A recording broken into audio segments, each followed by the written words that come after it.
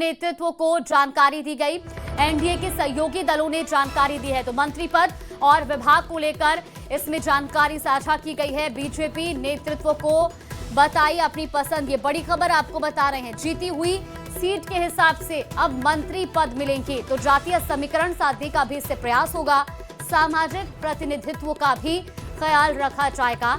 बिहार में नई सरकार और नई कैबिनेट को लेकर अब हलचल तेज है। बीजेपी शीर्ष नेतृत्व को जानकारी दी गई है। ये बड़ी खबर आपको बता रहे हैं। एनडीए के सहयोगी दलों ने मंत्री पद और विभाग को लेकर बीजेपी नेतृत्व को अपनी पसंद बताई है, तो जीती हुई सीट के हिसाब से ही अब कैबिनेट में मंत्री पद दिया जाएगा। इसके साथ ही जातीय समीकरण साधने का भी प्रयास होगा। सामाजिक प्रतिनिधित्व का भी ख्याल रखा जाएगा। नई कैबिनेट को लेकर हलचल तेज हो गई है। दिल्ली में कई दौर की बैठकें भी चली हैं और अब आपको बता दें कि बिहार में एनडीए के जो सहयोगी दल हैं उनकी जीती हुई सीटों के हिसाब से ही कैबिनेट में जगह भी दी जाएगी। तो अब इसको लेकर फॉर्मूला भी तैयार किया जा रहा है। नई सरकार का राज्याभिषेक होना है, लेकिन उससे पहले बैठकों का सिलसिला जारी है। इस बीच जानकारी ये है कि एनडीए के सहयोगी दलों ने बीजेपी के शीर्ष नेतृत्व को जानकारी दी है। दरअसल नई कैबिनेट को लेकर जानकारी उनके साथ साझा की गई है। अब मंत्री पद को लेकर के भी चर्चाएं की जा रही हैं और खासतौर पर आपको बता दें कि इस बार जो मंत्री पद का वितरण है, यानी कि मंत्री पद जो है वो जीती हुई सीटों के हिसाब से दिया जाएगा। यानी कि सहयोगी दलों ने भी किस तरह का परफॉर्मेंस किया है, कितनी सीटें किस दल को मिली है, उस हिसाब से मंत्री पद यहां पर दिया जाएगा। एनडीए के सहयोगी दलों ने फिलहाल बीजेपी शीर्ष नेतृत्व को जानकारी दी है और मंत्री पद और विभाग को लेकर भी अपनी पसंद इसके जरिए साझा की गई है। जीती हुई सीट के हिसाब से अब मंत्री पद मिलेंगे। इसके साथ ही जातीय समीकरण साधने का भी प्रयास होगा। सामाजिक प्रतिनिधित्व का भी ख्याल रखा जाएगा।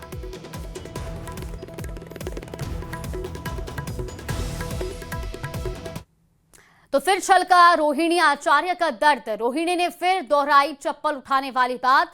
उन्होंने कहा कि तेजस्वी से पूछिए किसकी शह पर यह हुआ है। संजय यादव और रमीज से पूछिए, जब सवाल पूछा तो ससुराल जाने को कहा। ये कहना है रोहिणी आचार्य का। तो एक बार फिर से रोहिणी आचार्य का दर्द छलका है। दरअसल बिहार चुनाव के नतीजे आने के बाद ही अब लालू परिवार में जो विवाद है वो एकाएक बाहर निकलकर सामने आ रहा है। रोहिणी आचार्य जिन्होंने एक बार फिर से अपना दर्द साझा किया है। जी क्या बोलना आपने जो ट्वीट किया उसमें कहा गया है परिवार चप्पल चलाया गया, गालियां दी गई, आपने बताया, आपने कहा था कि चप्पल चलाया गया। चप्पल चलाने की बात आपने कही।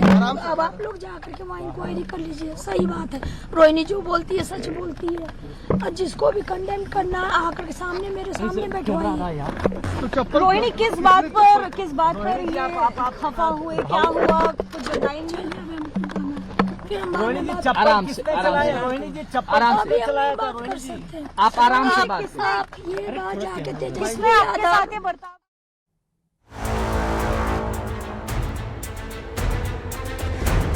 अब ये जाकर के आप संजय, रमीज, तेजस्वी यादव से पूछिए। मेरा कोई परिवार नहीं है, कोई लोग निकाला है हमको परिवार से।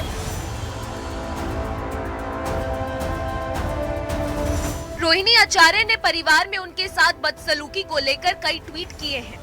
एयरपोर्ट पर जब रोहिणी से पत्रकारों ने परिवार को लेकर सवाल किया तो रोहिणी अपने भाई तेजस्वी, उनके सलाहकार संजय यादव और रमीज का नाम लिया। रोहिणी ने कहा कि संजय रमीज से सवाल करेंगे तो चप्पल से मारा जाएगा। मेरा कोई परिवार नहीं है। अब ये जाकर के आप संजय, रमीज, तेजस्वी यादव से पूछिए। मेरा कोई परिवार नहीं है, कोई लोग निकाला है हमको परिवार से, क्योंकि रिस्पॉन्सिबिलिटी लेना नहीं है उनको। पूरा दुनिया बोल रहा है जो चाणक्य बनेगा तो चाणक्य से आप सवाल पूछिएगा। जब कार्यकर्ता चाणक्य से सवाल कर रहा है, पूरा देश दुनिया सवाल कर रहा है कि पार्टी का ये ऐसा हाल क्यों हुआ।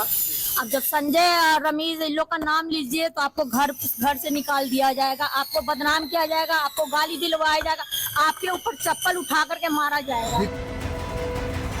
लालू परिवार में छिड़े घमासान के बीच राबड़ी देवी के भाई साधु यादव ने भी बिहार में हार पर मंथन की बात कही है। देखिए, आरजेडी का जो परफॉर्मेंस, मतलब जो आप बता रहे हैं कि कैसा परफॉर्मेंस रहा है, लेकिन बिल्कुल ख़राब हो गया है, ठीक नहीं है। समझने की ज़रूरत है और सोचने की भी ज़रूरत है और बैठक करके विचार करने की भी ज़रूरत है कि कहाँ हमारी गलती है और किनके द्वारा गलती किया गया है। ये सारी चीज़ों पर फोकस करने की ज़रूरत है। बीजेपी का कहना है कि लालू परिवार की अराजकता खुलकर सामने आ गई है। इन लोगों ने पूरे बिहार को चलाने के सपने देख रहे थे, वो परिवार भी नहीं चला पा रहे। रोहिणी आचार्य ने बहुत सारी बात कल मैं सुन रहा था, बहुत ही आपत्तिजनक। सवाल पूछने पे चप्पल से पिटाई हो सकती है, सवाल पूछने पे आपको घर से बाहर निकाला जा सकता है। विधानसभा चुनाव में करारी हार के बाद लालू परिवार में कलह काल चल रहा है। राजनीति छोड़ने और परिवार से नाता तोड़ने के बाद भी लालू की बेटी रोहिणी लगातार अपनी बात सबके सामने रख रही है, जिस पर सियासत भी तेज हो गई है। Bureau report, news 18, UP Uttarakhand.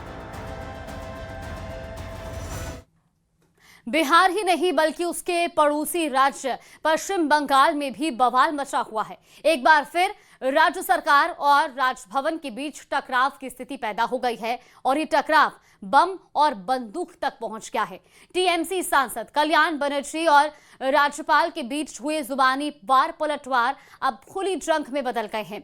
Raj Bhavan में हथियार रखे जाने और बीजेपी से जुड़े अपराधियों को पनाह देने के आरोपों ने सियासी बवाल खड़ा कर दिया है। रिपोर्ट देखिए।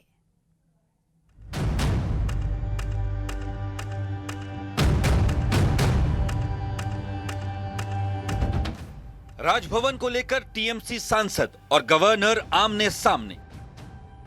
कल्याण बनर्जी के बयान से नाराज पश्चिम बंगाल राजभवन। कल्याण ने राजभवन को बताया था अपराधियों का पनाहगाह। टीएमसी सांसद कल्याण बनर्जी ने पश्चिम बंगाल के राज्यपाल सीवी आनंद बोस पर ऐसे आरोप लगाए हैं जिनसे राज्य का राजनीतिक माहौल एक बार फिर उफान पर है। कल्याण बनर्जी ने दावा किया कि राजभवन में बीजेपी से जुड़े अपराधियों को पनाह दी जा रही है और वहां बंदूक बम रखे जाते हैं ताकि टीएमसी नेताओं पर हमले कराए जा सके। রাজ্যপালকে আগে বলুন যে রাজ্যপালের ভবনে যেন বিজেপির সমস্ত ক্রিমিনালদের যেন রাজভবনে না রাখে। ওই রাজভবনে বসে ক্রিমিনালদের রাখছেন আর সবাইকে একটা করে বন্দুক দিচ্ছেন আর বোমা দিচ্ছেন, মেরে এসো তৃণমূলের লোকেদের। আপনি আগে সব এগুলো বন্ধ করুন। আপনার মতো অপদার্থ রাজ্যপাল যতদিন থাকবে, বিজেপির চাকর বাকর রাজ্যপাল যতদিন থাকবে, ততদিন ভালো জিনিস পশ্চিমবাংলায় কখনো দেখতে পাবেন না। कल्याण बनर्जी के इन आरोपों पर पश्चिम बंगाल के राजभवन ने तीखी प्रतिक्रिया दी है। राजभवन से एक आधिकारिक बयान जारी करते हुए कहा गया कि राजभवन को टीएमसी सांसद कल्याण बनर्जी, सिविल सोसाइटी, पत्रकारों और लगभग 100 लोगों के लिए सुबह 5 बजे से खुला रखा जाएगा ताकि वो खुद आकर देख सकें कि क्या वाकई यहाँ हथियारों का भंडार रखा गया है।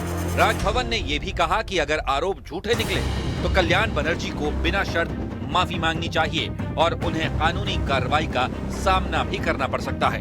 Sir, secondly, sir, after your order to take action against Kल्याण Banerjee also stated that he is going to file a complaint against you. He is most welcome. Raj Bhavan अब इन आरोपों को लेकर लोकसभा सचिवालय से कार्रवाई की मांग भी कर सकता है। सीआरपीएफ की जो सिक्योरिटी है, सीआरपीएफ और भी वो बुला के खुद दौरा करेंगे और सीआरपीएफ से भी चेक कराएंगे कि राजभवन के अंदर में कोई ऐसे आर्म्स और एम्युनिशन है या नहीं।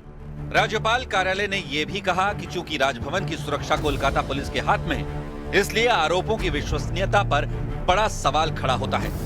इसी बीच सुरक्षा में बदलाव की खबरें भी सामने आई। राजभवन में कुछ जगहों पर कोलकाता पुलिस की जगह सीआरपीएफ को तैनात किया जा रहा है। इस पूरे विवाद पर बीजेपी भी मैदान में आ गई है। पार्टी ने टीएमसी सांसद के दावों को राजनीतिक ड्रामा करार दिया। মাতালের কথা কেন জিজ্ঞেস করছো? হোশ আছে? যার যে রাজভবনে সুরক্ষা দেয় রাজ্য পুলিশ, সে রাজভবনে অস্ত্র যাচ্ছে তো মমতা ব্যানার্জিকে জেলে পাঠানো উচিত। তো राजनीतिक आरोप प्रत्यारोप के बीच अब सबकी निगाहें कल्याण बनर्जी की तरफ से पेश किए जाने वाले सबूतों पर हैं।